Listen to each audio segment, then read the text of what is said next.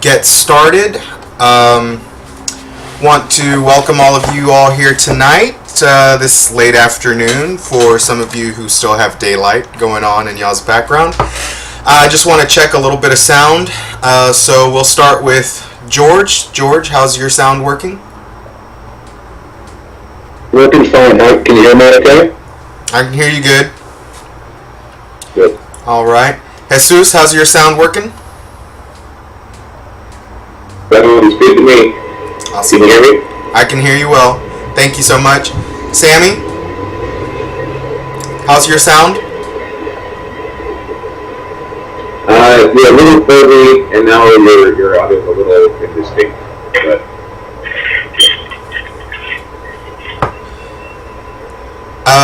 Thank you, Jesus. Sammy, how's your sound? okay, it looks good. I just can't hear you.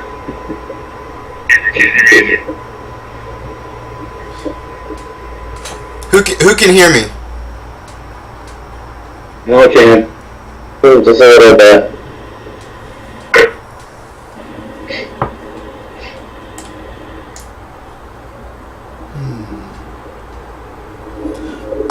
Sammy, how's the sound on your side?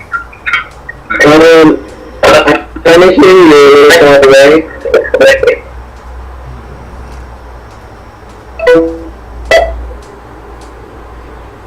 Linnell, how's the sound working on your end? A little better. Still. And Todd, on your end? Can hear just fine. Can you guys hear me? Can hear you well. Nikki, how's the sound working on your side? The sound is okay. I can hear you. Very clear. Okay. Awesome. Well, folks, want to get started tonight. I'm going to mute everyone's microphones. All participants are muted. And I'm going to start one by...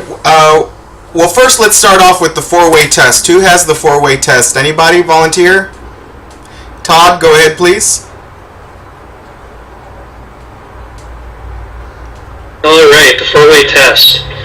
Is it the truth? Is it fair to all concerned? Does it promote goodwill and better friendship? Will it be beneficial to all concerned? Thank you. And who's been working on the four-way test this week? Everybody should have a hand. Sammy, can you give me an example of how you use the four-way test, please?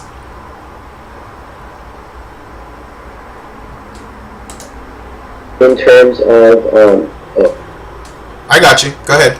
Okay. I've been using it in terms of my housing and my living situation. In terms of how I'm building and bettering my relationship with my partner, and also our new roommate. So it's been especially trying with finances and getting through all that has been and going very tense, but the four-way test has been has been an opportunity to just take a breath and think before I do or say anything. Wonderful. Thank you so much for sharing. And Jesus, can you please give us an example of how the four-way test, how you've been utilizing the four-way test? It's just been a good way for me to just be a lot more conscious about my actions and how I'm interacting with people. There's nothing specific or dramatic I can really point to, but it's just been a really good exercise for just being a lot more aware of what's going on. Thank you so much for sharing. And Jesus was saying that it's helped him be more aware, and that's something that I really like to hear, because the four-way test should bring you to a level of awareness of certain things that you're doing. Linnell, by chance, could you give us an example of how it has made you more aware?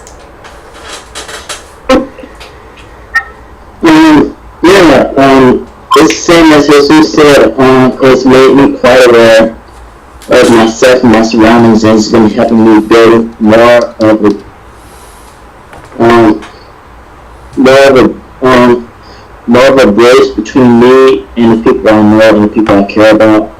It helps build more communication. It helps me be aware of my words, my actions, and how they affect others, because it makes me feel like now there could be a domino effect that happens, so I watch what I say, I watch what I do.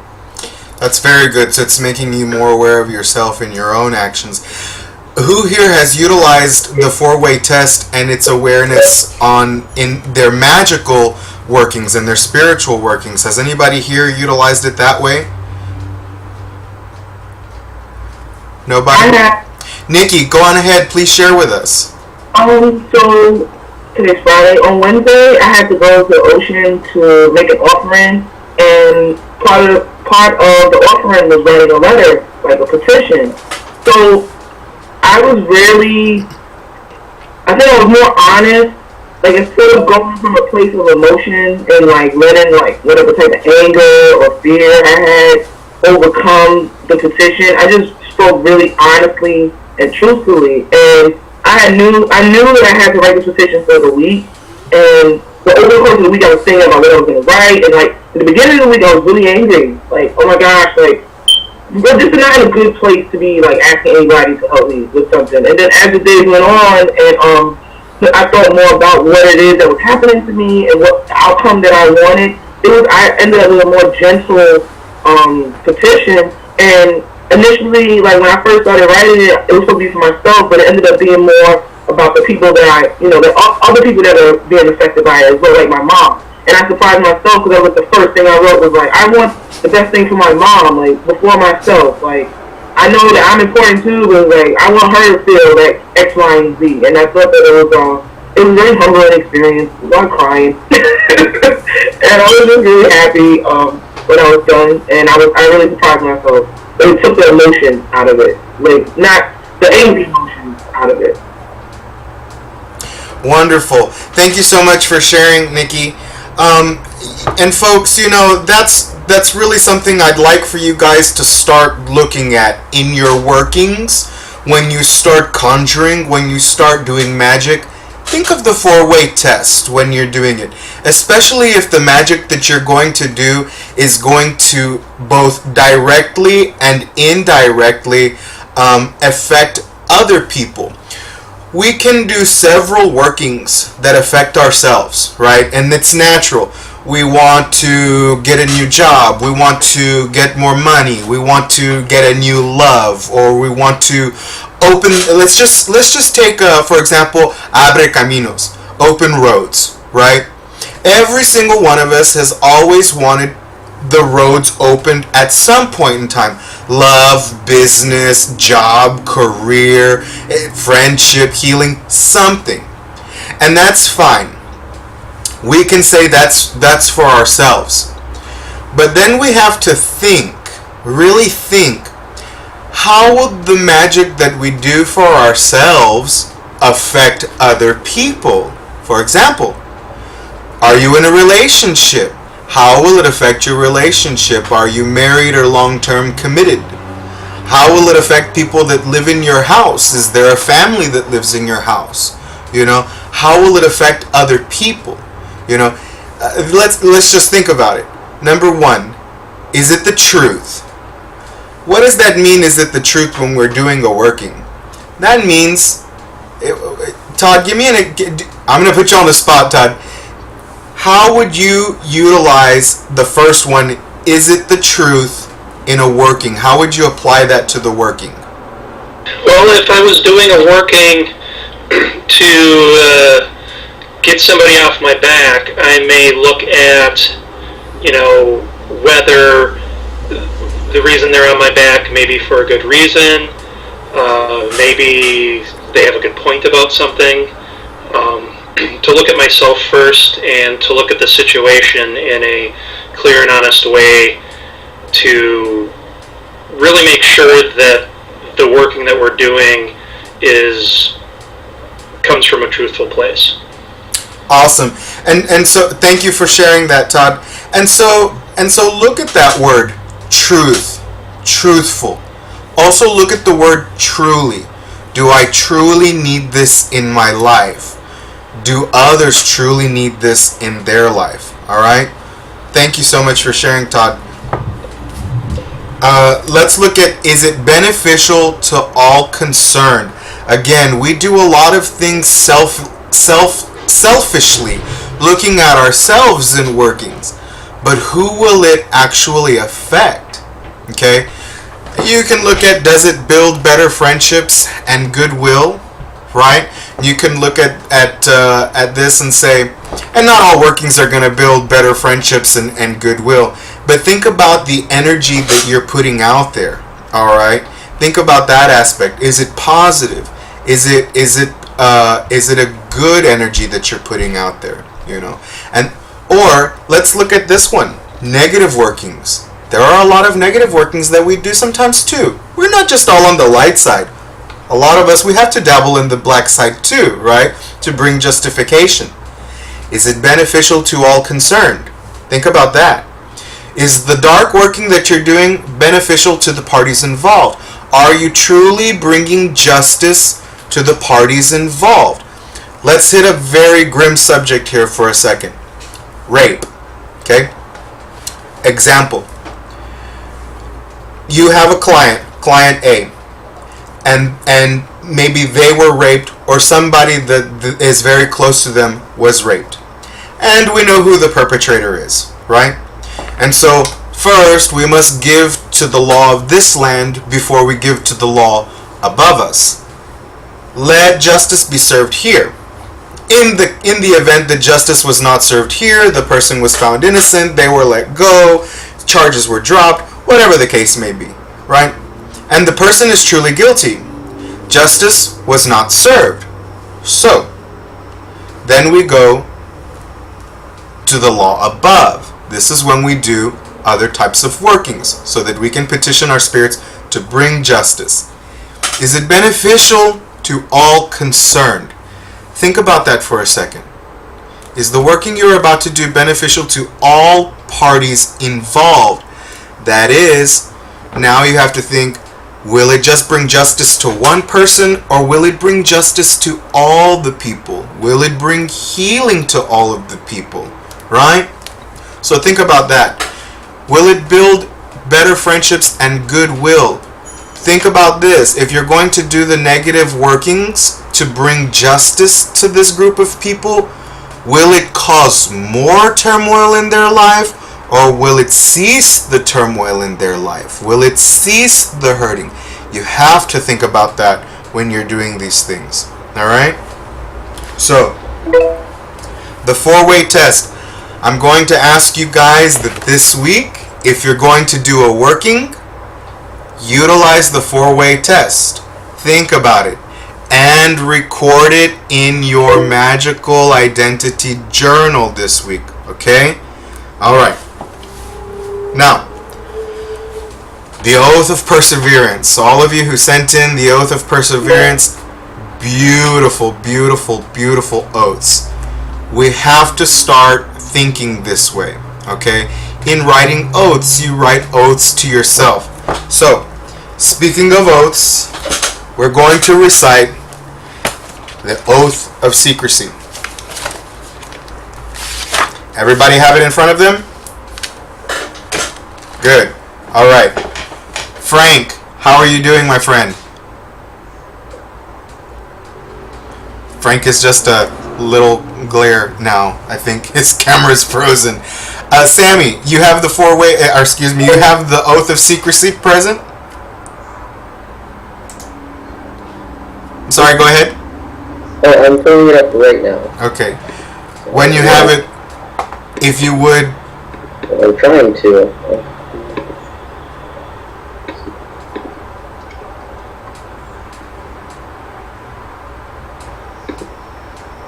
Remember, it's in the Facebook group as well under files. Okay.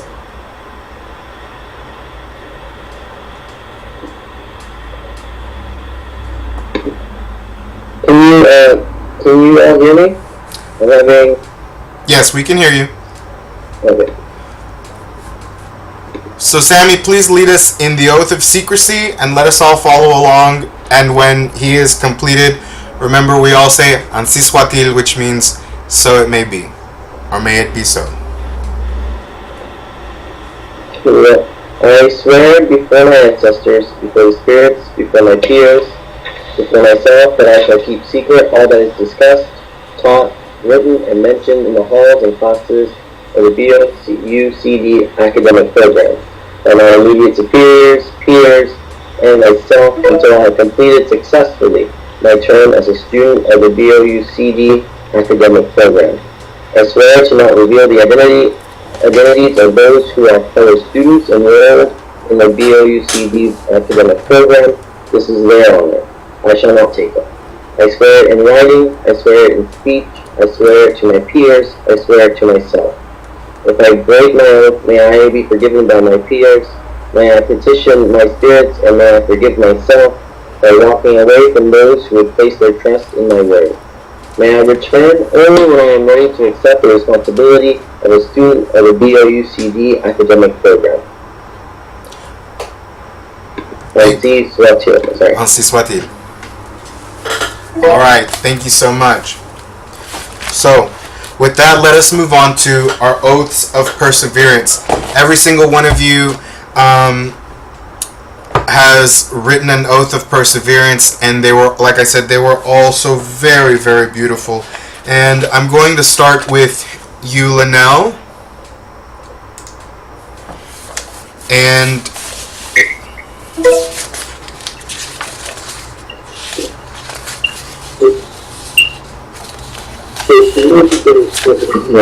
I shall lift up my head and follow my heart and intuition. This I promise to myself and my ancestors. Shall I feel alone in my path, on a road traveled by those before me? I turn to my community, my peers and my spirits, so that I may not feel myself to thinking I'm walking this alone. May the blood of the earth and the spirit of the Creator fill me, and may I feel their presence to know that I do not have to fall onto bended knee. I swear to not feel any hope, for this is losing myself to the depths of the darkness. I hold myself responsible on this path to my ancestors, spirits of my brethren, hear me when I say this. You have my word that I stand strong in it. I shall not sway. You hired me prayer, which means you have my word. beautiful. Now, let me ask you, when you wrote this oath, what were you feeling?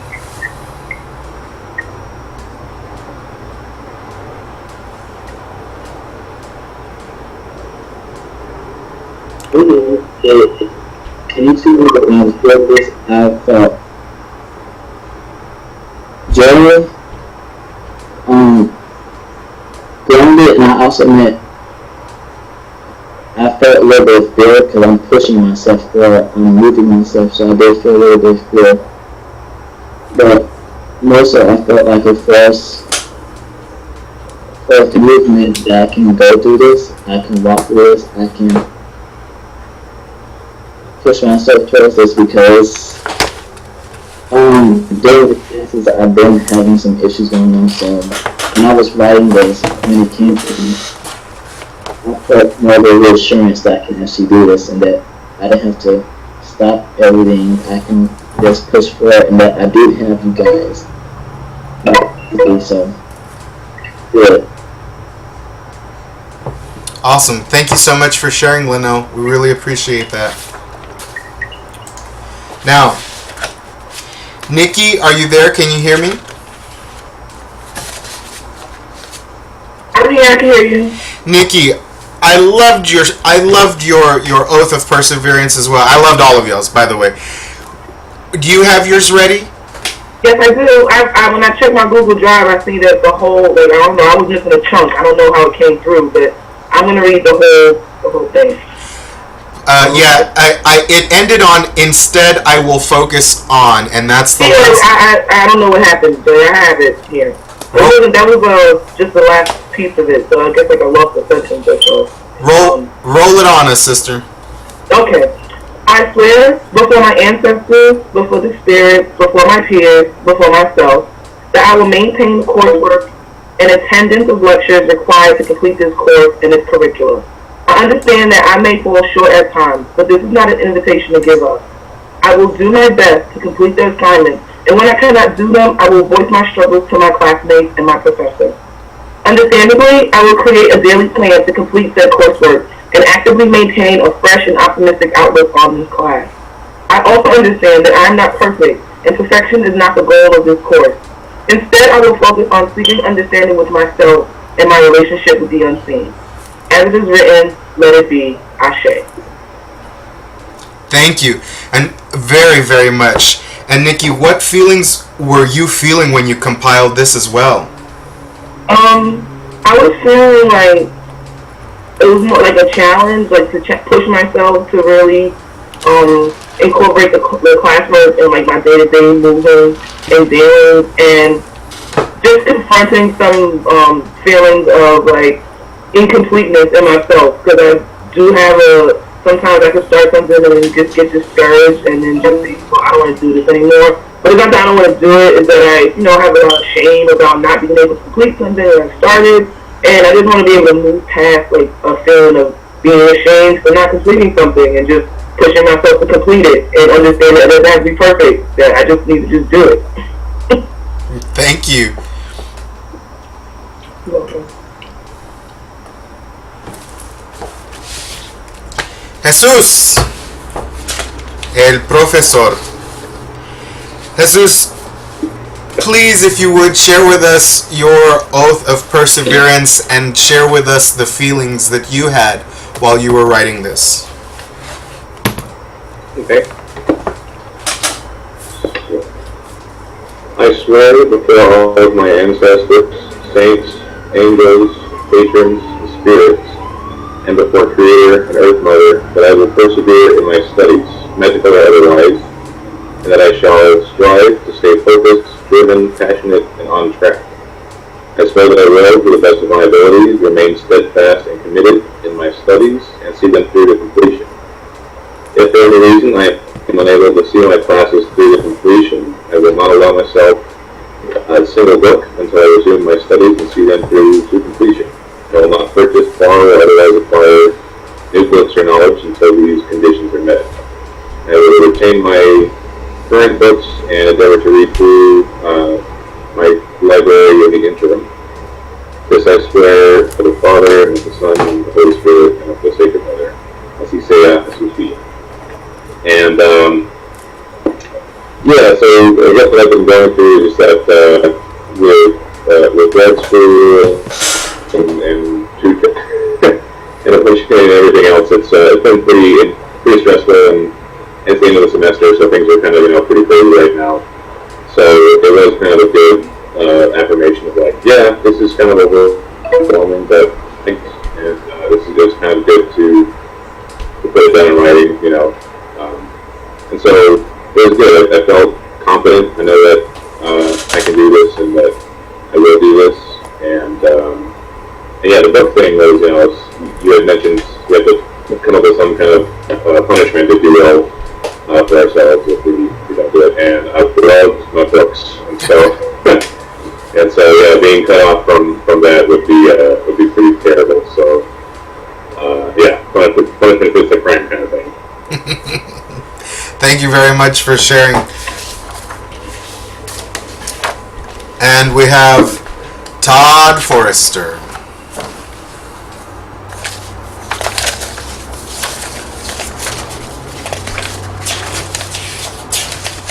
Can you hear me? I can hear you. I'm looking for your Alright. your oath, but I know you have it there. Yep, I have it. Alright, my oath of perseverance. I swear before my peers, my ancestors, myself, and my gods, that I will persevere and see myself through to the end of this program. I will forgive myself when my duties, obligations, and personal shortcomings prevent me from giving it my all. I will not give up. I will ask for help should I need it, and I will offer it in kind when needed. I will pick myself up and continue on with my peers on our spiritual journey and education together. Should I decide to walk away from my commitment, I further swear that I will perform 10 hours of community service in some form with an already formed and established organization. So be it. And what feelings did you have while you were writing this, Todd? What feelings came out of all of this? Well, it was a really interesting time because I've just recently, after years of burning my candle at both ends, as soon as I get something off my plate, I put two more things on it. I kind of hit a wall, health-wise and stress-wise, and reached a point of where I needed to really cut back on a lot of the things I was committed to. And this isn't one of them that I decided to cut back on. And I was going through that when I was writing the oath, and I was feeling happy, joyful, and sad all at the same time, because I was giving other things up to do this.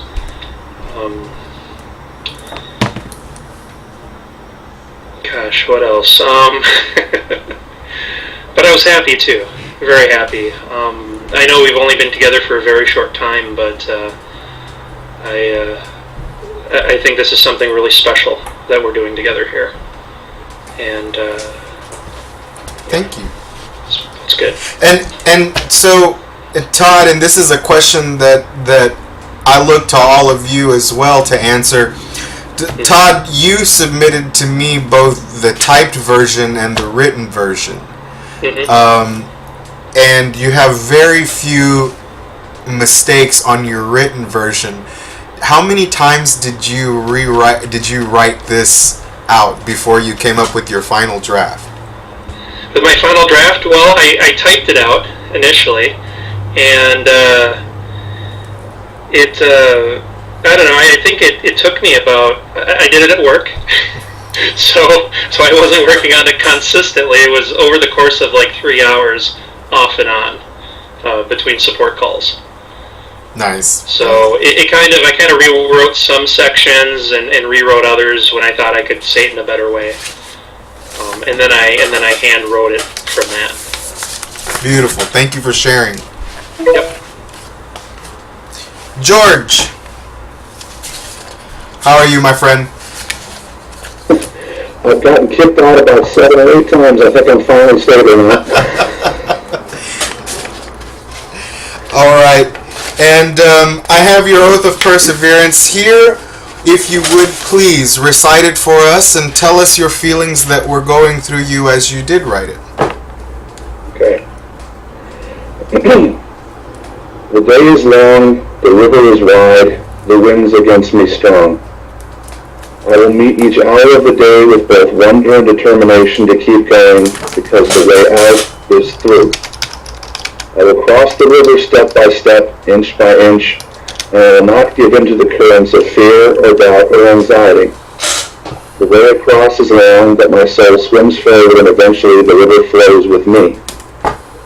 The winds are mighty, full of doubt, full of poisonous thoughts, and of foolish words spoken like a hurricane against my soul, my ideas, and my ways.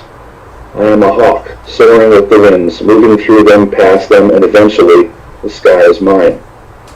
Of all this I will honor my family, my magical brethren, with silence and with words, with deeds when needs be, and when quiet is needed as well. I shall not give in to forces from within or without me that might try to make me resign to lesser things. I will grow, learn, and adapt. This is the way that we are, and this is the way that we become our truest selves. Amen. And at the bottom I put a Latin quote, Me nos veneratio beneficus in nostrum pectus pectoris, which means may we honor the magic in our hearts. Beautiful. How about those feelings? I was just feeling very inspired. I was. And I realized after I wrote it, I didn't put any kind of penalties in it for myself, but afterwards I thought about it because someone had mentioned it to me when I showed it. I did show it to my wife. I wanted her. She's an English major, so I wanted to make sure I wasn't screwing up my spelling. But the penalties I would face would be if I offended an individual, then I would pay that person back. And if I offended the group, I would expect to not be included until the group agreed to let me back in. Wonderful. Thank you. So accountability. All right, George. And next up, I have Sammy. Sammy, if you would please, your oath of perseverance, and share with us your feelings that we're going through. Yes. So here, this is my oath. I, Samuel Partido Jr., son of Anvin Pineda, y Samuel Partido Gonzalez, give this oath of perseverance. In the name of the Father, the Son, and the Holy Spirit, I pray. May I be able to walk through the mud and the sharp stones, to be able to slough off the binds of ignorance and darkness from the feeling without. May I walk with the saints of this world and beyond, to guide me when I am weakened. I acknowledge that fear and anxiety haunt me, can paralyze me, but I will fight. Although these factors may weigh me down, I will continue on. I will not give up. In these moments of anguish and terror, I pray for the will to move.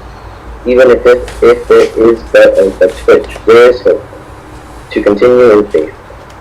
I am not alone. A community of giants surrounds me, and I will walk and dance and sing in the face of the encroaching darkness. Each step and breath is strength. Remember this power and act consciously, then and there. And if I lose my way, recuerda las palabras de los antepasados. Caminante no hay puentes, si hace puentes al andar. You will not lose your path, you will not forget the roads before you, nor those that have led you here. But if I fall, I will get up once more. I will fast for 3 days and pray for guidance and redemption, for a daily meditation of the Rosary, to recharge and reflect, and to begin where I fell. I pray this in faith. Amen. When I was doing this and writing this up, I went through several snippets. I couldn't actually come up with anything cohesive, just like little crumbs here and there. And then I remember the quote that I gave in Spanish is from one of my most favorite cultural theorists, Gloria Anzaldúa, and it basically translates into like there are no like paths, you make one at like or roads, or there are no paths, you make one as you walk, kind of thing.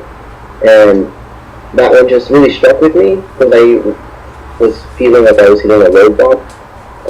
And the moment I wrote that down, everything else seemed to just kind of like fall into place, all the little snippets that I had.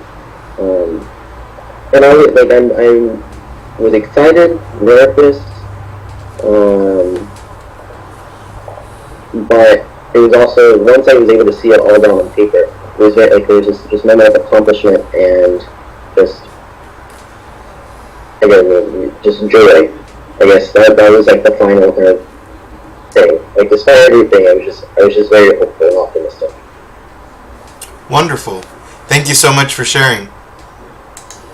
Okay. Now, let's see. Next, I have Roxanne. How are you doing this evening, Roxanne? Oh, there we go. Go ahead. I got you. Okay. I'm good. How are you? Doing well. Can you hear me? I can hear you.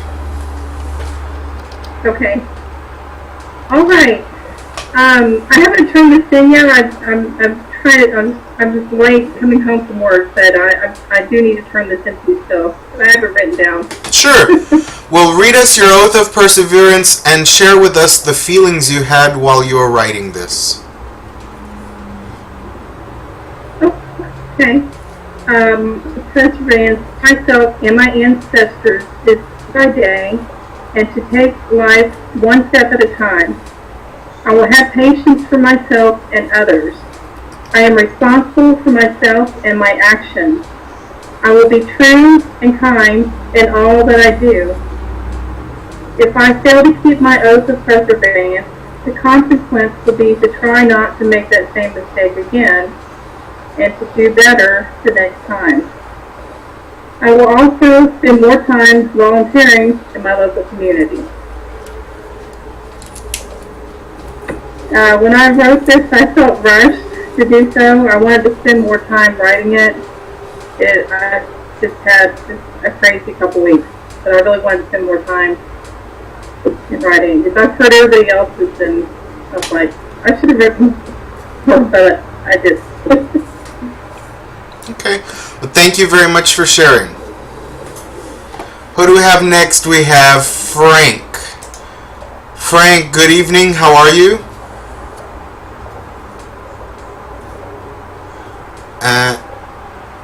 Frank? Hey, I'm gonna. It's a little bit back. Hey, hear me? I am unmuted. Yes, you are in. Can you hear me now? Yes, we can. So I get you really peacefully. Okay. My first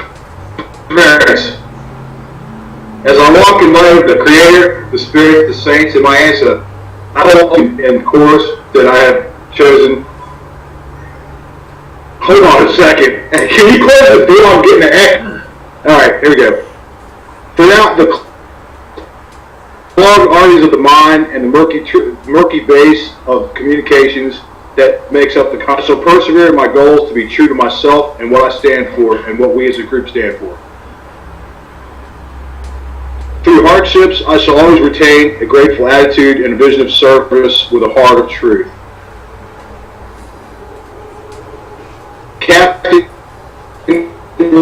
from my ancestors, I shall persevere in all matters because it has to be true to myself, to my fellow man, and to my Creator. I will do my best within all limits of my studies and myself to be true to my heart, my beliefs, and my confine of knowledge.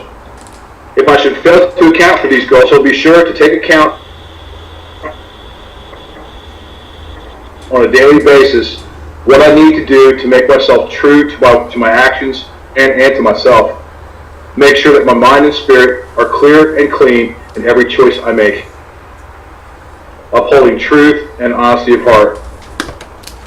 And when I wrote that, I felt conflicted because I wasn't quite sure what I wanted to write, and it came together in pieces. But as I got to the very end of everything, and it came a lot longer. I, like George, I didn't set anything up for myself as far as what how I would punish myself if I didn't do anything or didn't uphold myself. Kind of came out in the end anyway. I mean, as a last line there, but it did clarify what I had set in mind to do. thank you so much for sharing, Frank.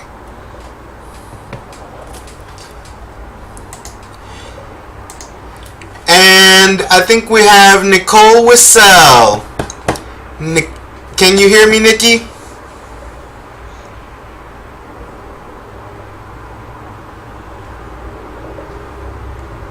Hello? Okay, well, I guess we can't hear her just yet, but that's okay. All right, Nikki, if you can hear us, then great. We can't hear you, but we know that you're here. So I want to move on. There were a couple of things. Now, I asked all of you guys, what were you feeling when you wrote this, right? And some of the key things that y'all put out, listen to these things. All right, listen to what I'm going to read y'all, because these were some of the key feelings that you guys expressed to each other. What you were feeling when you wrote this. Fear, confidence, reassurance, happiness, joy, sadness, inspiration, excitement, perseverance, uncertainty, challenge of yourself, nervous, and clarity. You hear all of those things? Those feelings, just think of all of those feelings and what they have to do with you personally and persevering. Those were a lot of things to say. The very first one, the very first feeling was fear. When we make an oath to ourselves, you know why we have fear? Because immediately when we begin to make these oaths to ourselves and we feel fear, our inner self knows our shortcomings already. Our inner self says, oh my goodness, I'm about to be held accountable for things that I'm weak at, and that's good. When you feel fear, that's a good feeling when you make an oath to yourself. Confidence. An oath of perseverance and you're learning confidence, that's really good. You have to have confidence when you come into perseverance. What does perseverance mean? Perseverance means to keep moving forward, to keep going on, even through the struggle. When your boots are soiled with mud and they're heavy, you keep moving forward and you keep going on. That's perseverance. You have to have confidence when you do perseverance. You have to know that you yourself will be able to achieve the things that you want to do. Reassurance. Reassurance is definitely needed. All of you said some of the same things, and that was, if I can't hold myself accountable, I will turn to my community. I will turn to my fellow students to hold me accountable, and I will ask for help. That was a great one for those of you that included that in there. Reassurance, we don't just need the reassurance from ourselves, but several times we need the reassurance of other people. And you must find those people that will give you the positive reassurance in your life that will help you keep moving forward, okay? Think about that right now in your life. Who helps you with reassurance? Who are the positive people in your life that tell you, don't worry about the struggle, keep moving forward, I know you can? And who is the person that's so easy to tell you, you don't need to do that, oh, don't worry about it, oh, it's not a big deal, oh, you can quit at any time? I would start to question that person's friendship if they started telling you things like that. The ones that stand behind you, the ones that raise their fists with you and say, vamos a luchar, we're going to fight, yes we can. Those are the people that you keep on your side. The others, you let fall by the wayside. Okay? Inspiration is a great one. If you write an oath to yourself and you read it and you don't feel inspired, you might want to look at your oath again. If your oath does not inspire you, your oath will not work. All of your oaths have to be inspirational. Happiness. Why would these oaths of perseverance, bring you happiness and joy? They should bring you happiness and joy because when you read it at the end and you feel inspired, happiness and joy because you know you can succeed. You know you will be able to do it and move forward. Okay? Challenging. Your oaths should be challenging. Easy is easy and hard is hard. Okay? There's really no in between. There's no lukewarm. Like the Lord said, you're either hot or you're cold. But lukewarm, I cannot stand. I'll spit it out of my mouth. Okay? You're either going to go easy or you're going to go hard. If you're not, go home, right? Easy is cheap. Don't go for easy. That doesn't challenge you, okay? If you find yourself making easy oaths, you're only lying to yourself. You'll never progress. You'll never move forward. If you challenge yourself, you move forward. You find your weaknesses, and when you fail at them, it's okay to fail when you get challenged. Now you know, hey, this is what I'm weak at. This is what I need to work at, you know. And you can look to your fellow students. You can look to your community and say, if I am weak in this area, let's just take, for example, time management. There's a lot of us that are weak in time management, right? And if we're weak in that area, we can say, who do I know that is good with their time? Who do I know that's great with prioritizing? And then you go to that person and you say, look, I'm all sorts of confused, I'm all sorts of unorganized, you know, it takes me 3 hours to do a 5-minute job. How do you stay so organized? Teach me your ways. Help me understand how to do these things. Challenge yourself, okay? Nervousness, it's good to be nervous. Nervous goes with fear. Nervous, that means that your body is not used to something that's going on right now. And if that's an oath to yourself and perseverance, that nervousness goes, oh my goodness, I don't know if I can do this. I just don't know. When you overcome it, you no longer fear, and you're no longer nervous. And you step right into the shoes of confidence, okay? So it's okay to be nervous. Clarity was a great one. When I don't know who shared that, but they said they saw a lot of clarity. That's what oaths should do for you. They should be very clear. It maps it out. Let me read it. Is this clear and concise and to the point? Yep, it is. Oaths are black and white. There's no gray and there's no other color in them. They're very clear. All right? Look at your oaths. Are they all over the place or are they clear? And just like George had, have somebody read it. Somebody you trust. Tell your bestest friend or whoever. Now, they don't have to be an English major, doesn't, but but have them read it and say, is this clear to you? And they're either going to say, oh yeah, it made great sense, or they're going to say, this made no sense whatsoever. Clarity, okay?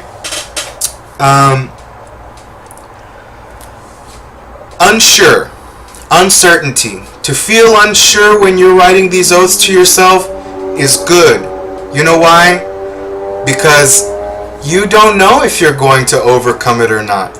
You don't know if you're going to reach your goal. It's very scary. And things that are uncertain, we like comfort. We like staying in what we know. We don't very much like to venture out into the unknown. And we especially don't like to venture out into the unknown when it comes to us and what we're doing. So, uncertainty is a very good feeling to feel. Alright? Now, I most loved reading all of y'all's oaths because they were also very unique. I have a question for y'all. Did you all notice a similarity in your oaths?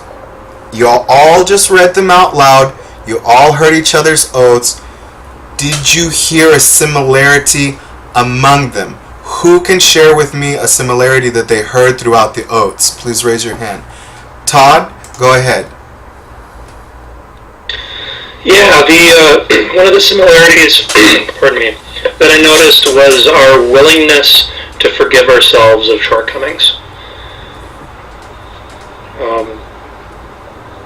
When I was writing my oath,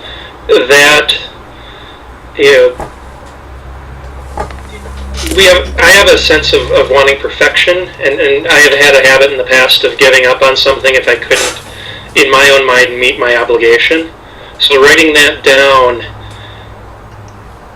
freed me up to pursue it nonetheless. And I saw that in many of the oaths, was the willingness to forgive yourself. Thank you. And anyone else? Frank, I saw your hand raised. Go ahead, Frank, and then Roxanne, I'll get over to you. Roxana, excuse me. I'll get over to you. Frank, please go ahead. Okay, I noticed that everybody has a unified core of how important this class is to them. And the values that we're learning, it seems like we can put them into place in our daily life through various walks. I mean, not just the work we're doing as far as the group work standpoint, but like the way we live our lives.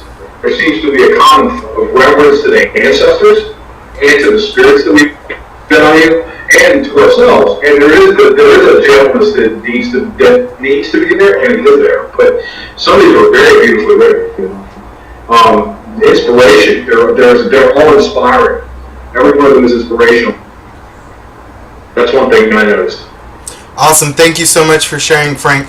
And I want to backtrack just a little bit on something that Todd mentioned about perfection, and it was something that Nikki Buchanan mentioned about perfection and what she talked about in her oath. This class is not about perfection.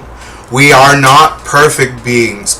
Your homework is not going to be perfect. The way you write things will not be perfect. And it's not expected of you to be perfect. What is expected of you in this course right now at this time is self-reflection of yourself and who you are. It's learning the dedication that it does take to not just serve yourself, but to serve others. This course, not about perfection. Who amongst us here is perfect? Let me see a hand raised. See? It's not about perfect. Oh, my hand was raised. I'm not perfect. So, thank you, Nikki, for pointing that out. Go ahead, Roxana, and share with us what you noticed that was similarity amongst all of the oaths. I noticed that I think Paul said something about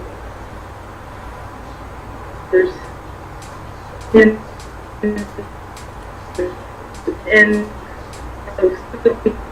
about responsibility. I think we are responsible for our actions. I think we all said something about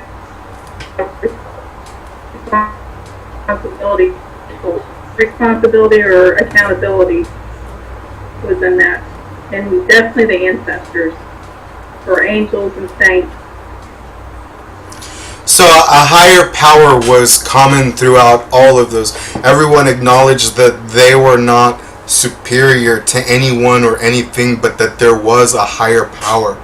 Thank you so much for sharing with us, Roxanne, as well as responsibility and accountability. That's a really big one, you guys. Responsibility to ourselves. If we're to be responsible for other people, we must first be responsible to ourselves.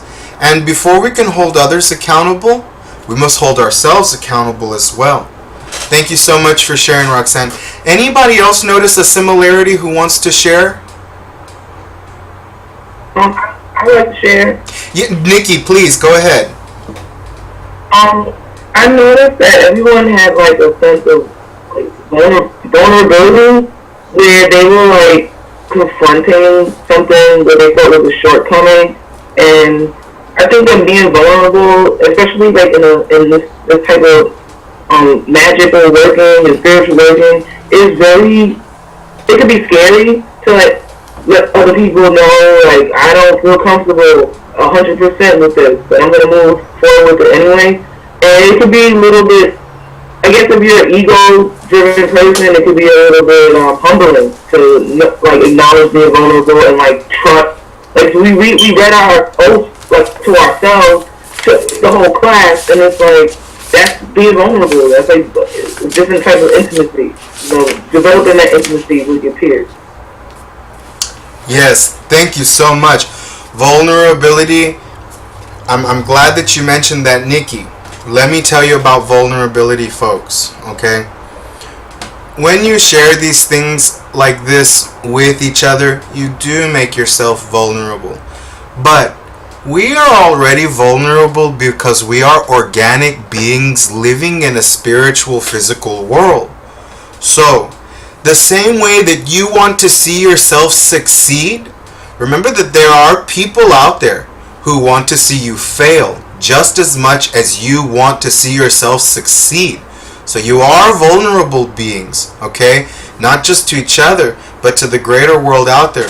So remember to do protection for yourself as well, to keep yourself protected in moving forward in your goals and seeing each other move forward and seeing yourself move forward.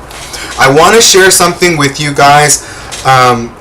It's an old candle. So everybody get their pens out, because I'm gonna give you I'm gonna give you a recipe for a candle to fix called Paredes de Jerusalem, which means the walls of Jerusalem. And if anybody knows, in biblical times, the walls of Jerusalem were some of the strongest walls known in that area. Okay, no one could go through those walls. It's what kept the city on the inside safe. You are this city. Okay. You are like a city, your entire being. You are the epicenter of you, everything that you do, your world. And you must build walls around you to stay protected. Weak walls will crumble, okay? So, the first thing you need is a glass encased candle, purple. A purple glass encased candle. You'll need 3 oils. The first oil is banishing oil. The second oil is power oil. And the third oil is protection oil. you will need, listen to the measurement, you will need 1 scruple of each oil, or that is 10 drops of each oil. Mix them together before you load your candle with the oil. Other items that you're going to mix in is going to be as follows: kosher salt, cinnamon, jasmine,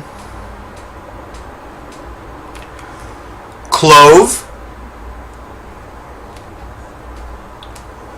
juniper berries,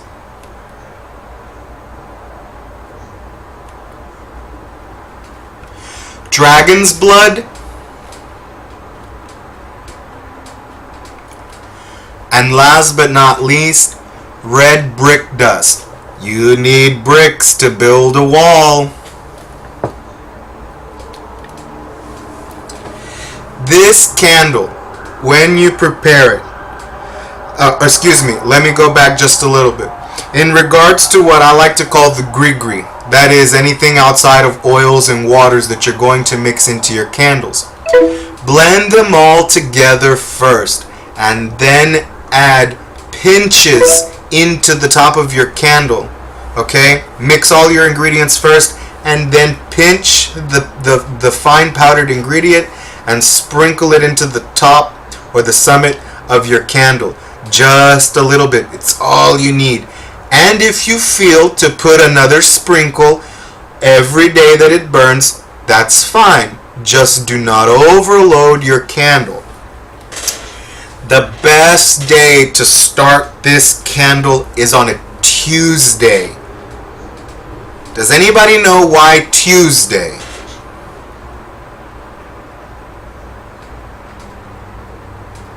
No? Okay. Tuesday in Spanish is martes. Does anybody know Mars? Go ahead, Sammy.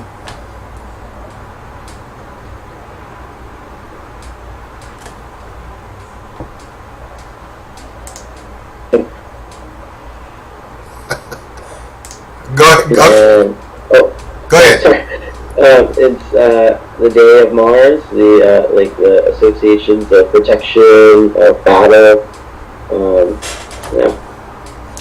Mars, battle, war. Okay? This is what we're dealing with here. These energies on Tuesday are very good for protection because you need these energies to fight for you. Okay? Not that you necessarily are fighting, but you need these energies to fight for you. So Tuesday, Mars, best day. Look for Mars in the sky. Okay? Look for Aries, the moon being in Aries. That's another good time to burn this candle. Alright? Another day would be Thursday. Does anybody know why Thursday? Todd, please.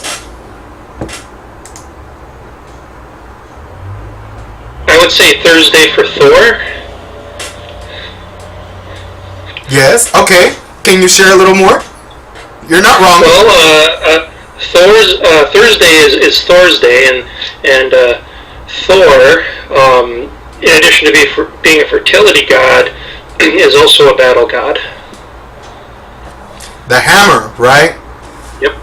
Pow. Hammer Thor. Thursday, Thor's day, the hammer, power. Thursday is a very good day for power, and that's something that you need for protection, is you need power. This is why we have the purple candle. Purple is for power. Okay? And does anybody know our catch-all day to light a candle if we can't make it on Thursday or on Tuesday? Anybody? George, please, go ahead. George, go ahead. Would that be Sunday? Yes, it would be Sunday. Sunday, as a general rule of thumb, is a catch-all day. Any workings that you need to do, You can do them on Sunday. For positive workings, does anybody know the catch-all day for negative workings or darker workings? No? Friday night.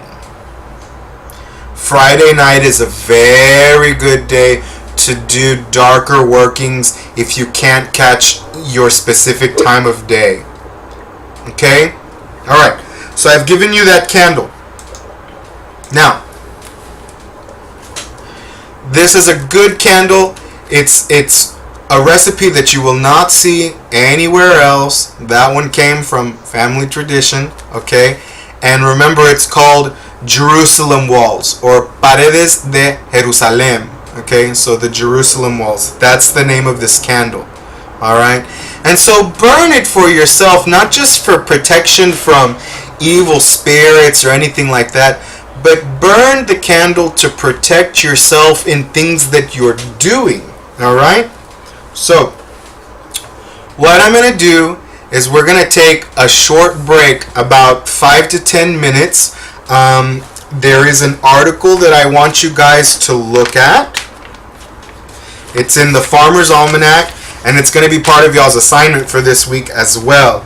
And it's on page 178, and it's titled Hungry for Love, and it's about the different spices and foods that you can use in culinary arts that have to deal with love. So read that. I'll be back in about 10 minutes, and we're going to close with our core values tonight. Give me 1 second. Yes, we're going to close with our core values. I want everybody to share their core values with each other, and also we're going to talk about our magical identity, what we learned about ourselves this week. You guys, I know some of you couldn't do this.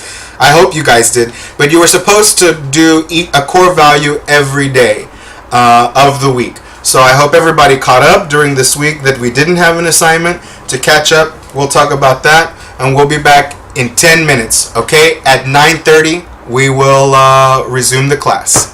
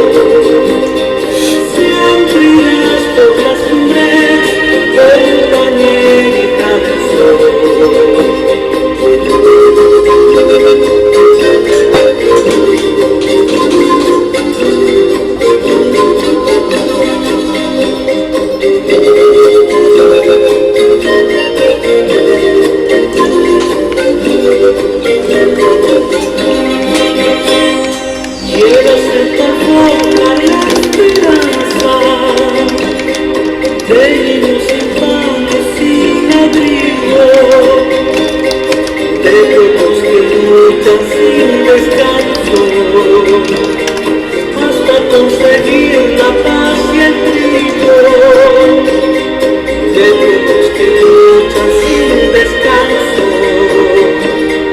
hasta conseguir la paz y el trigo. Hoy te vas por las cumbres, pastos sin la flor. Siempre irás por las cumbres, compañerita del sol.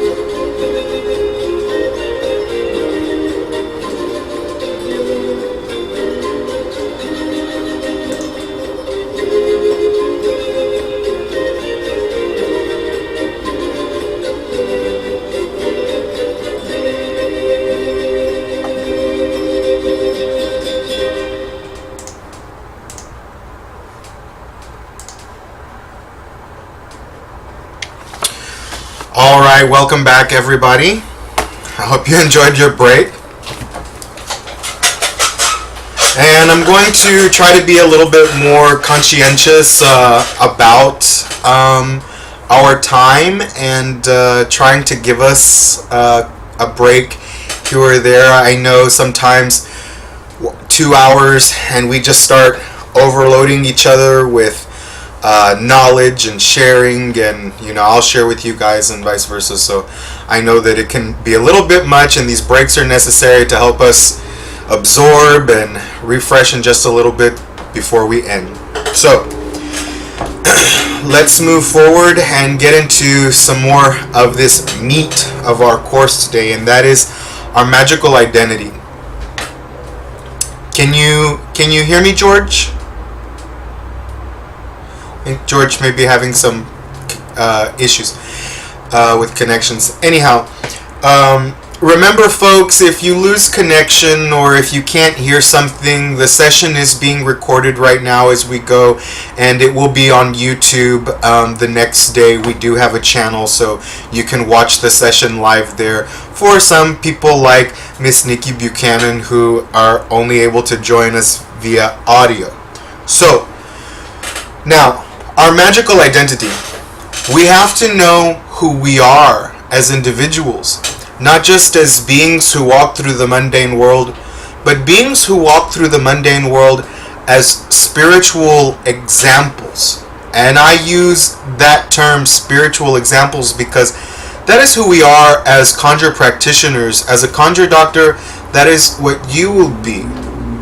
A spiritual example. Whether it is that you become the doctor to do research, the doctor who prepares candles, the doctor who has a shop, or the doctor who just sits behind and teaches classes or writes pamphlets or does studies on different topics to write articles, things like that. But through those mediums, you are an example to others. You're an example to people who come into this path, and you should always be a shining example of these things. And so that is at the level that you are at now in your journey through the BOUCD, and that is infatem stella. So everybody write that down. Infatem stella. Infatem is INFATEM A-T-E-M. Stella. S-T-E-L-L-A. Aleister Crowley, a great man who had a lot in his head, didn't come up with the term, but he references the term infatem stella, that we are all infatem stella, baby stars, because we're all learning. None of us know it all, but we all shine bright, each and every one of us very unique. And so in this way, you are all unique in your magical identities. And that's what this last week was all about. Walking each day in a different core value, reflecting on who you are and how you carry yourself. So, Linnell, please, I loved your log that you shared with me. What did you learn about yourself this week in walking your core values? Please share.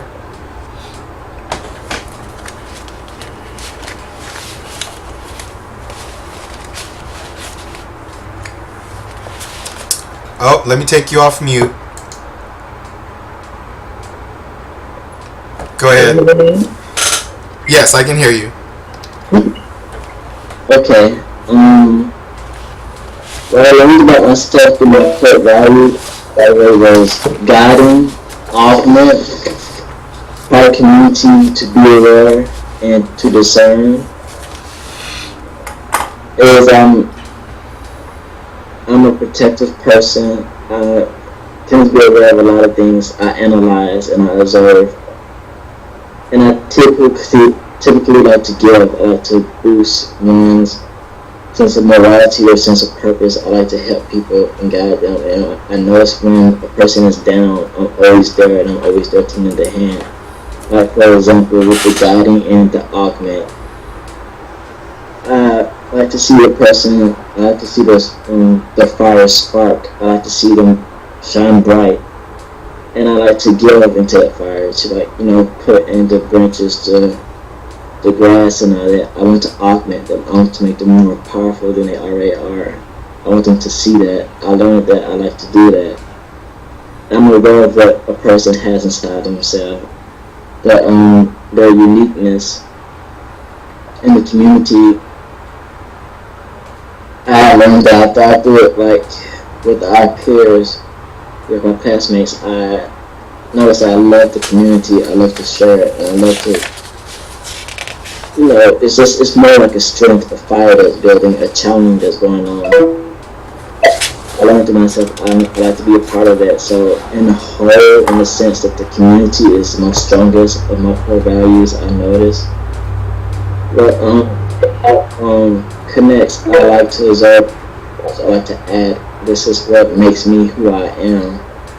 I thrive through that. It adds into the collective power what we are and what we have together. So awesome. Thank you so much, Linnell, for sharing. And Nikki, I'm coming up to you next. Nikki, what was one thing that you learned about yourself this week as you wrote who you were and you walked your core values?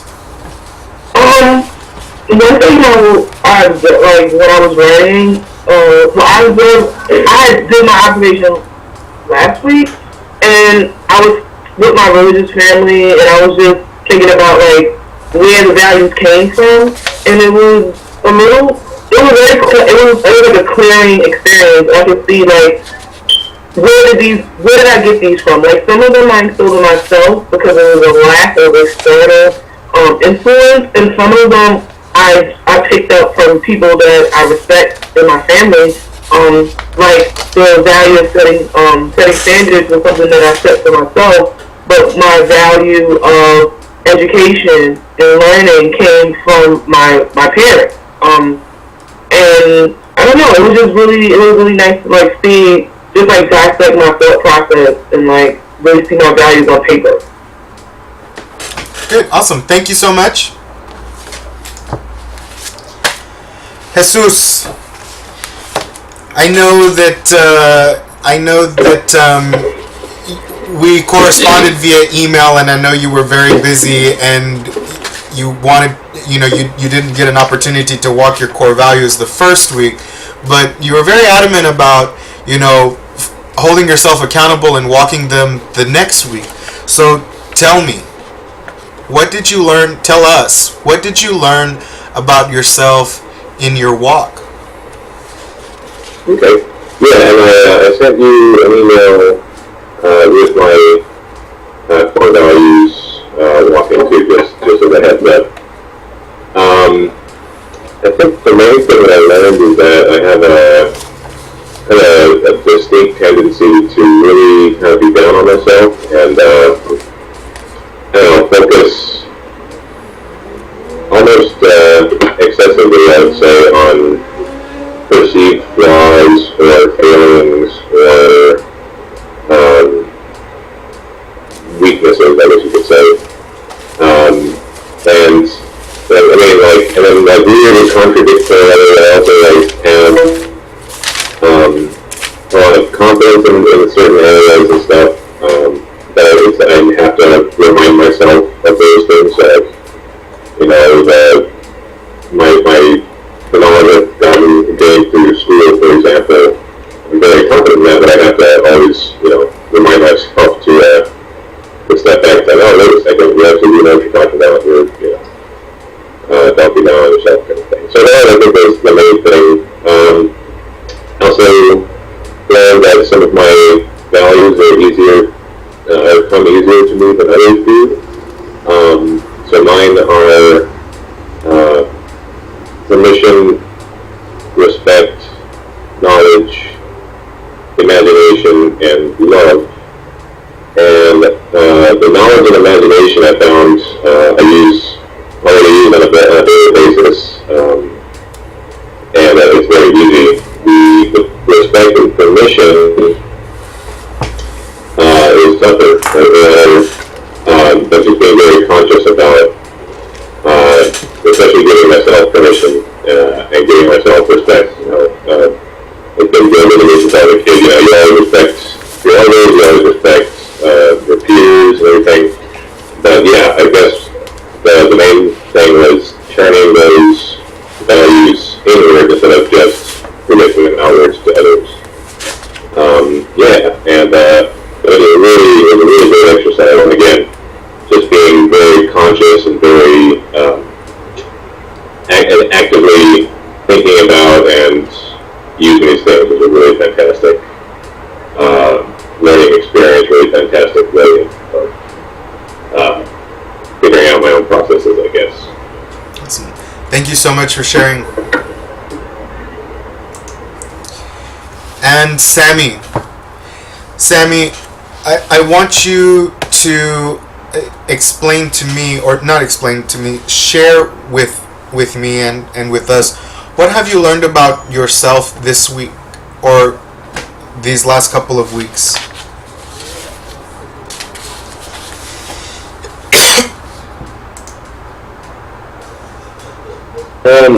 So my values have been knowledge, empathy, integrity, care, and courage. And I was actually kind of, in terms of integrating these values, I'm doing the who am I exercise and everything. I know that sometimes, like Jesus was saying, that I can do some more, and I find myself doing those much far easier than I do others. And sometimes it seems that, at the face, I find that some of my values are the way I'm experiencing it and trying to act upon it, are even contradictory. So the whole notion of care to and being courageous were kind of really difficult for me, in particular yesterday.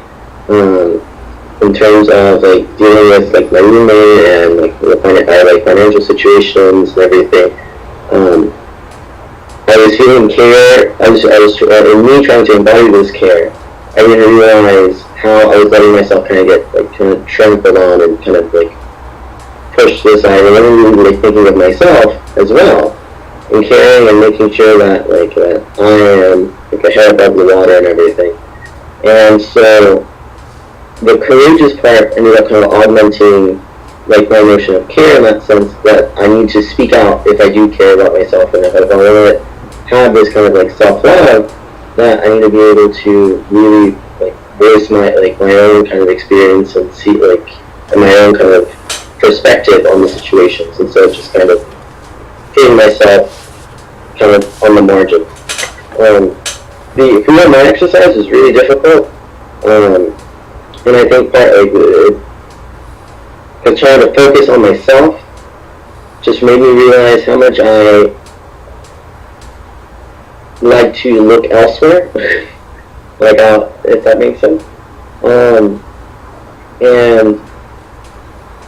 I think that like I went from just being this kind of like I am this or I am that to I am one who does this or I am one who does that. And now I ended up becoming, it kind of shifted my perspective on these kind of absolutes.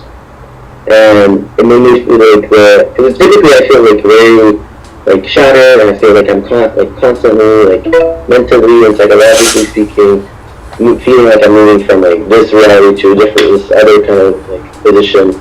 And the exercise made me just realize that if I keep working and defining myself in these absolutes, that I'm just ultimately just feeling trapped within it. And so yeah, so I'm still kind of working through and mulling all of this stuff over. If that makes sense. That makes perfect sense. Thank you so much. So, folks, you're learning about yourself right now, and there's a lot of inner reflection there. There is a lot of coming to terms with both good things about yourself and bad things about yourself, you know, and we question a lot, so keep questioning yourself. Todd, would you share with us what you've learned about yourself in this walk?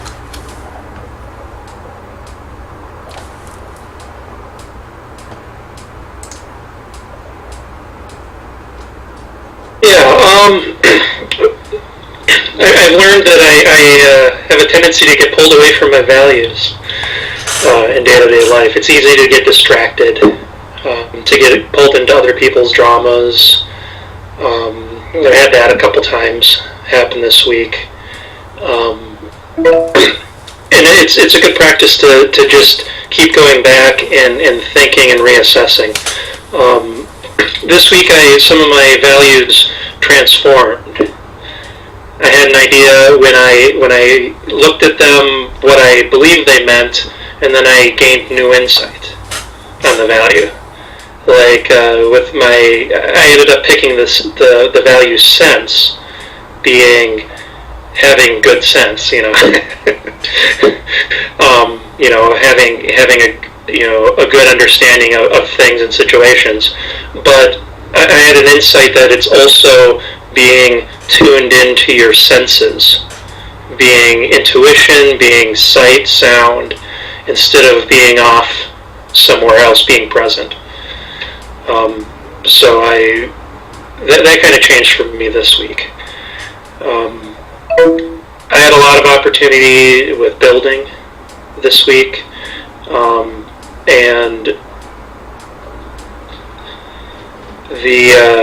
and learning. I'm always learning. I can't get away from it. It's kind of the nature of my work. But I've been more aware of different kinds of learning. This week's exercise, learning about ourselves, going down the list of who we believe we are, was very revealing, which I think is going to be an ongoing, lifelong process. Layers, lots of layers. Very much so. It's kind of like it's almost like speed dating yourself. Yes. You know. quite a bit. Very good example, and that's what you should all be doing right now, is speed dating yourself, trying to figure out who you are magically. What, these core values and these four-way tests, they are for your everyday life, but they are very much for your magical life as well, figuring out who you are, in your walk with your spirit and with yourself. So thank you so much for sharing it, Todd. Roxanne, can you please share a little bit with us on what you've learned about yourself in your magical identity? And just keep Yes, track of our time.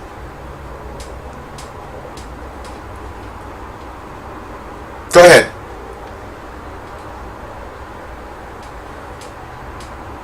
Okay. Well, my core values are inspire, uplift, sense, learn, and synthesize. And I've learned that I love to watch things grow and change. I respect life and the change of life and its cycles, and the seasons, change of the seasons, birth, life, death, afterlife. I'm sensing more, and feeling more inspired to create, uplift, learn, and synthesize. Basically use all of the core values in every of my life, in every aspect of my life that I can. And I'm trying to incorporate all my core values every day. I've learned that I need more alone time every day to myself. So I'm trying to spend time out in my garden every day after work or before I go to work every day. And I've been doing a lot of gardening and big work and trying to become one with the earth and its roots. Awesome. Thank you so much. Nikki, would you care to share with us a little bit about what you've learned about yourself so far? Sure. So like Todd and Sammy, I noticed that I can be like a little like distracted or like influenced by outside things.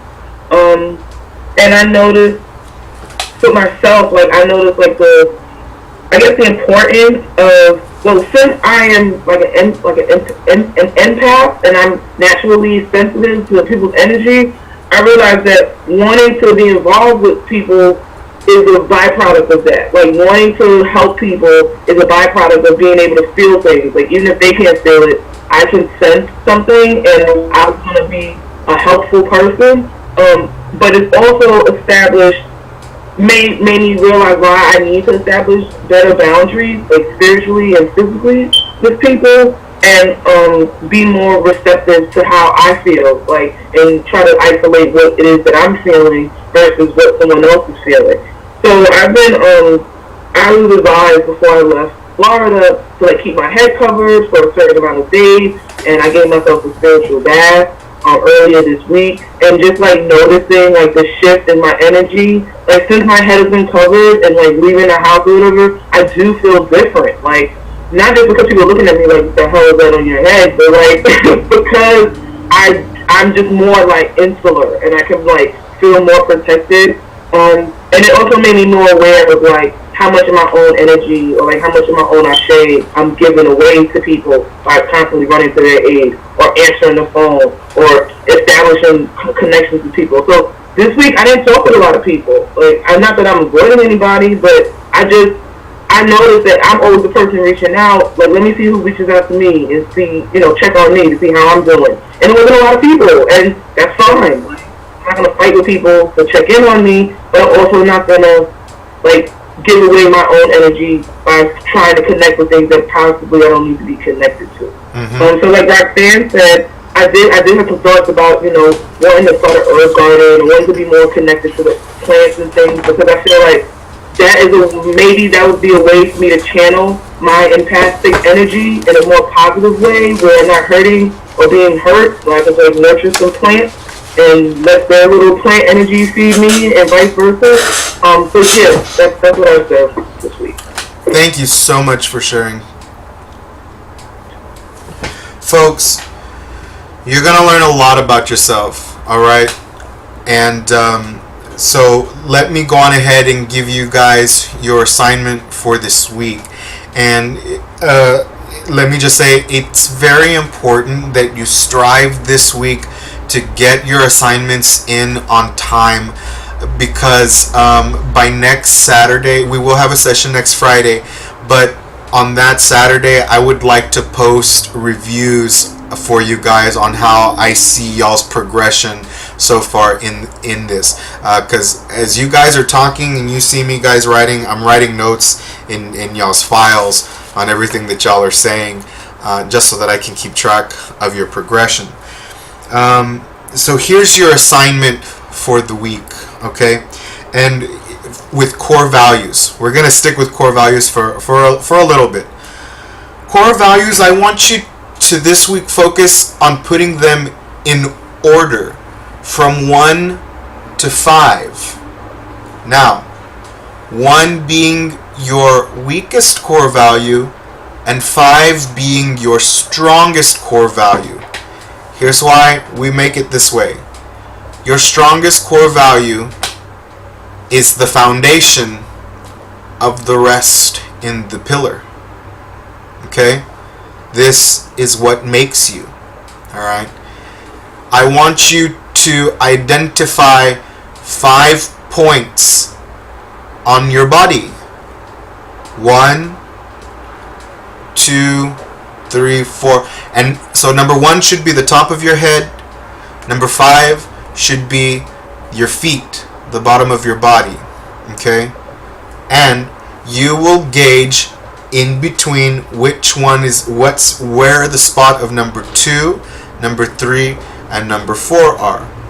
These will be reflective of your core values. Again, 5 being your strongest, 1 being your weakest. 5 is the foundation for the rest of them. Alright? And where are they? On your body. There's a reason why I want you to do this. I will explain it to you next week on the importance of where the others in between lay on your body. Now, for your magical identity, I want you to really focus this week on what we've talked about earlier. What kind of doctor will you be? Will you be someone who makes product? Will you be someone who researches and writes articles? Will you be someone who helps others by seeing people into your home? You know, what kind of conjure doctor would you be? What would people know you for? Think about that. Alright? And last but not least, for your assignment... Oh no, that's it. That's all I'm going to give you guys this week. A quick note though, for your study groups, there's been a change again. So there are now only 2 study groups, and there are 5 members in each one. And here's how they go. So study group number 1 will be Sammy, George, Nikki Buchanan, Frank Owen, and Nicole Wessel. You guys will be study group number 1. So you guys will get together and discuss at one point. Study group number 2 will be the remainder. Cameron Jade, Linnell, Jesus, Todd, and Roxana. You all will be study group number 2, so you all will get together and discuss with each other. We are down to 10 students now in this class. That's fine. I like smaller groups anyway. What you guys will end up doing now that you have broken up into these teams, you have taken your oath of perseverance, I want you guys to start getting to know each other a little bit more. These will be the 2 teams that will start moving forward to do the big group project at the end of the semester. Oh, I do want to give you guys one more thing, and that's for the assignment, and that is with your oaths. Does your oath reflect your culture and your ancestors? If you listened in a lot of y'all's oaths, as I did, some of you called on saints, some of you called on spirits, some of you called on ancestors, some of you used your cultural religions, your cultural beliefs in your oaths. Take a look at your oaths.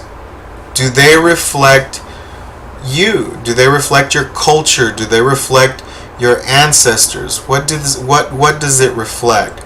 Okay?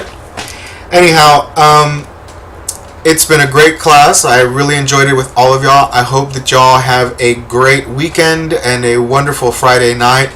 And we will see each other again next Friday. And I will have the video posted to YouTube for y'all to watch tomorrow morning. And I will have your assignments drafted up. The study group names will be posted onto Facebook as well. That file will be updated. And for those of you who asked for the Libellus Omniatis to be a digital file in which you can type on, I will get that created in Word, save it in WordPerfect, and upload it to the Facebook group as well. And just a reminder, please try to get in all of your assignments by this week so that I can take enough time to review everyone and give everybody a report on how they're doing. Okay? So, if you would, please, everybody join with me in spirit. I'm going to give you all a blessing. Almighty Creator, ancestors above, and spirits around us, hear us. Hear us here. We are together. May you bless us. May you protect us. And may you guide us. May you lift us up when we are weak. And may you embrace us when we are alone. May you give us knowledge, wisdom, and understanding. May you give us power. And may you give us courage. Great spirits around, hear us. Hear us when we call. Hear us when we ask. And please, when we give you an offering, accept it. Accept it with love and respect and honor. Thank you, O great spirits, for everything that you have given us, for each other that you have given us each other. And in the great name of all that is good, I bless you all with peace and love and respect and unity. Good night and amen. I will see you all soon. And if you have any questions, the Facebook page is there for you guys to communicate. Good night, ladies and gentlemen.